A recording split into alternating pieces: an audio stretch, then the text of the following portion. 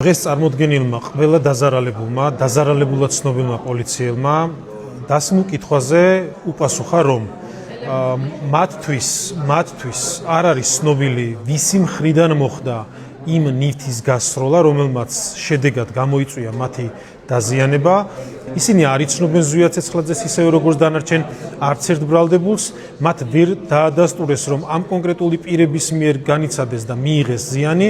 შესაბამისად მიგვაჩნია, რომ წარმოდგენილი მოწმეების ჩვენებები კიდევ უფრო მეტად ადასტურებს იმას, რომ ზვია ცეცხლაძე წარდგენილ ბრალდებაში არის udანაშაული. საქმეში რა არის წარმოდგენილი, რითიც დასტურდება, რომ პოლიციელებმა მიიღეს დაზიანება და რამდენად სარწმუნო და სანდო არის ეს დაწესებულებაც. სისხლის სამართლის საქმეში წარმოდგენილია სხვადასხვა ტომში წარმოდგენილი დაზარალებულების ფორმა ასები, სამედიცინო დოკუმენტაცია, რომლითაც დგინდება, რომ კონკრეტულ პიროვნებებს აქვთ დაზიანება მიყენებული, მაგრამ ვერც ერთმა დაკითხულმა დაზარალებულმა ვერ დაადასტურა დაზიანების მიყენების მხილველი მოწმის სახელი და გვარი. ანუ კონკრეტულად 28 ნოემბერს რომ განხორციელდა კონკრეტული პირის დაზიანება, ვინ შეესწრო ამ კონკრეტულ დაზიანებას ვერ დაადასტურა ვერც ერთმა. მხოლოდ ერთმა მოწმემ დღეს ისაუბრა, ვინ გადაიყვანა, რომ ისმა 20 მეთაურმა ბუიღლიშვილი თუ სწორად მახსოვს, ბატონმა ლაშა ბუიღლიშვილმა ისაუბრა მხოლოდ ამ დაზიანების ფაქტის მხილველი მოწმის თაობაზე. სხვა ვერც ერთმა მოწმემ,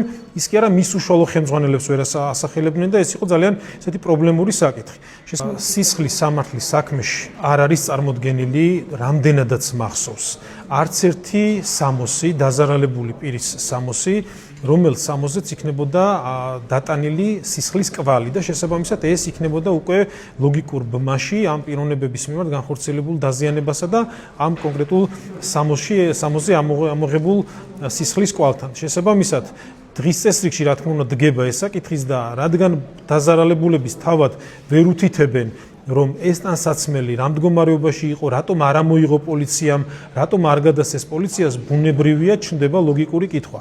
ჩვენ ამ საკითხზე აქტიურად ახლა არ ვისაუბრებთ, თუმცა დასკვნით სიტყვაში მთლიანი საქმის მასალების გაცნობის შემდეგ ბუნებრივია გავაკეთებთ აქცენტებს და შესაბამისად სასამართლოს შესაფასებელი იქნება, რამდენად არსებობდა ასეთი ფაქტები.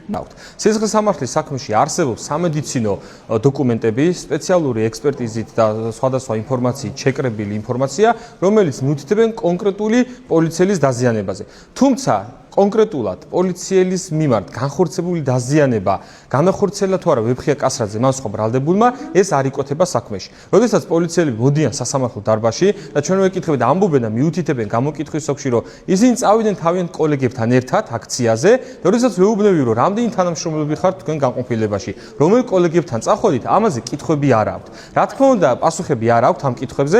შესაბამისად, რა თქმა უნდა, ჩნდება მათი სანდოობის კითხვის ნიშნები არის მან სანდოობასთან დაკავშირებით და მოწმის სანდოობა ჩნდება თავიდან ბოლომდე ეჭვის ქვეშ. როგორ შეიძლება პოლიციელმა არ იცოდეს, რომელ თანამშრომელთან წავიდა და მაგალითად რამდენი უფროსი ყავს და ამ უფროსების სახელი და გვარები.